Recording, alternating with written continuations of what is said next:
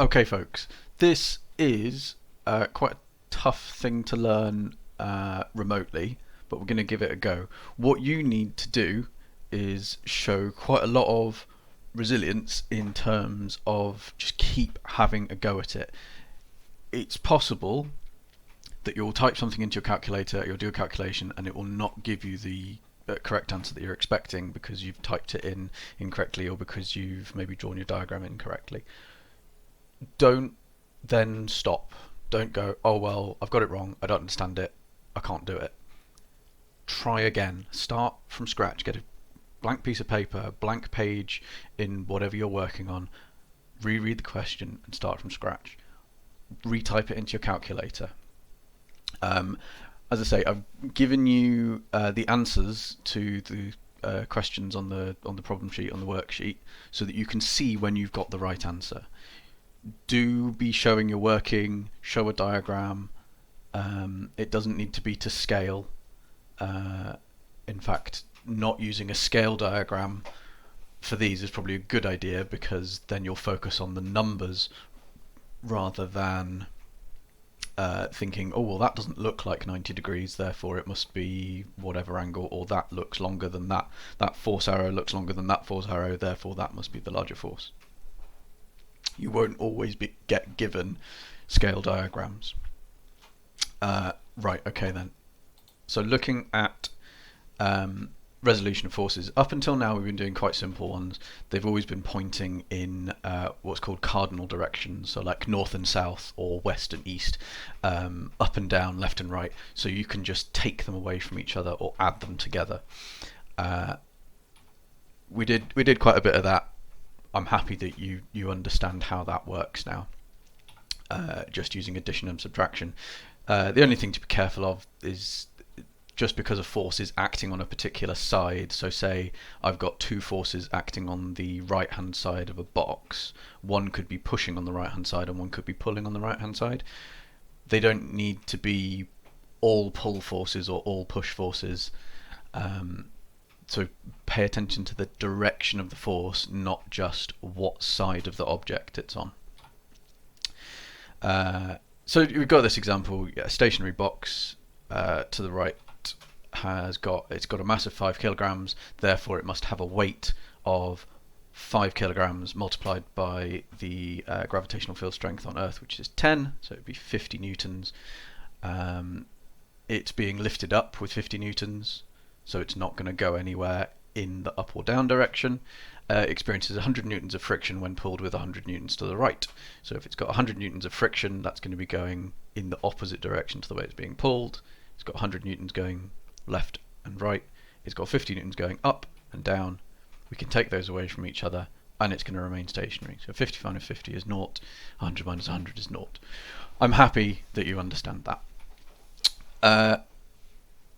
You should have done a bit of trig in maths. That's your SOHCAHTOA, your sine, your cosine, and your tan, your tangent. You use it to figure out angles or the lengths of sides of a right angle triangle, and that's exactly how we're going to use it here. It's going to be dressed up with lots of things like, oh, it's a force, it's newtons, yada yada yada. Don't get put off by that. It's just lengths of sides of a triangle. So we've got this situation where we've got a force of 112 newtons pulling this box at this weird angle, so 26 degrees.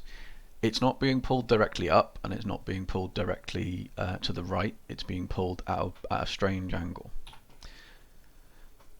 The weight's still the same and it's still got a frictional force because of whatever surface it's on, but because they're not acting in the same plane, they're not acting directly left to right or directly up to down, there is there's an angle other than 180 degrees between them. We can't just do addition or subtraction. What we can do is turn this force into two separate forces that are acting at right angles to each other, like this. All I've done there is complete a right angled triangle around that line. So I've got an opposite length here and an adjacent length here. You should know Pythagoras' theorem, a squared plus b squared equals c squared. You can use that a little bit depending on how many other things you know. So if we knew the length of this opposite line, we could use Pythagoras' theorem, but we don't know either of these. Because we've got this angle and because we've got the length of the hypotenuse, we need to use trigonometry. So we've created the right angle triangle. SOHCAHTOA is your way of remembering which trig function you use. So sine equals opposite over hypotenuse, SOH. Cosine equals adjacent over hypotenuse, CA. TOA equals tan equals opposite over adjacent, TOA. So the sine, S-I-N, the sine of this angle here, so sine 26 degrees, is equal to that value there divided by 112. So sine of 26 degrees equals O divided by 112. We want to know O, so we rearrange it to give 112 multiplied by sine of 26 degrees and it equals 49. Do that. Please do that. Check that in your calculator. If it doesn't give you that answer exactly, or especially if it gives you a very, very weird answer, check that your calculator is set to its degrees function and not radians. Hopefully it will never be in radians during GCSE anyway, but please check. If you don't know how to change it between degrees and radians, it should default to degrees if you reset it using the little button on the back. The other value then, the adjacent length, can be cos of 26 degrees equals the adjacent length divided by 112. Again, we want to know the adjacent on its own, so we rearrange it for 112 multiplied by cosine of 26 degrees equals 101 newtons. So now we can redraw that as those two separate forces. So our 112 newtons at 26 degrees, we're now saying that's effectively the same as 49 newtons pulling it directly up and 101 newtons pulling it to the right. I tried to make a triangle that would give me exactly 100 newtons to the right and 50 newtons up, so that you'd see it's exactly the same as the first example, but I was going to have a really weird angle, so I decided to leave it at that.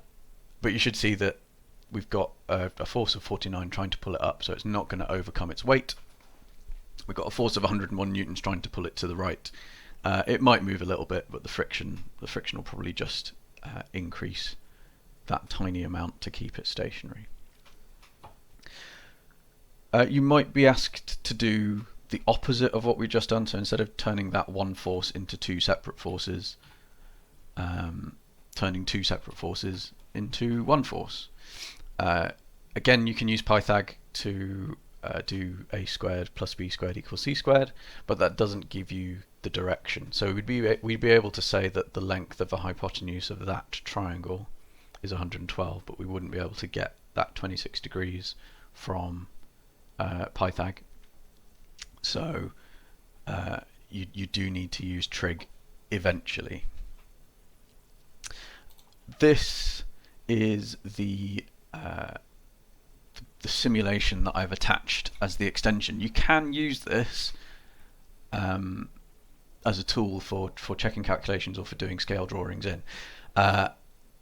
So for instance, I've got my original force. I can't do it to 112 because the paper's not big enough, but I can do it to 11.2. So I've got that force of 11.2 newtons acting at an angle of 26.6. Again, I can't get it to be exactly 26 because if it moves to discrete points, but we can get a rough answer. So I make the right angle triangle around it using these other two vectors. It doesn't matter if I move these slightly away like that, they're still the same length and they're still in the same angle. They are completing the triangle, it just makes it a bit easier to see what's going on. So there's A. When you click on the vector, you get information about it. A has a length of 11.2. So C, which is the opposite length from the example that we did in the PowerPoint, it's got a length of 5 or 50.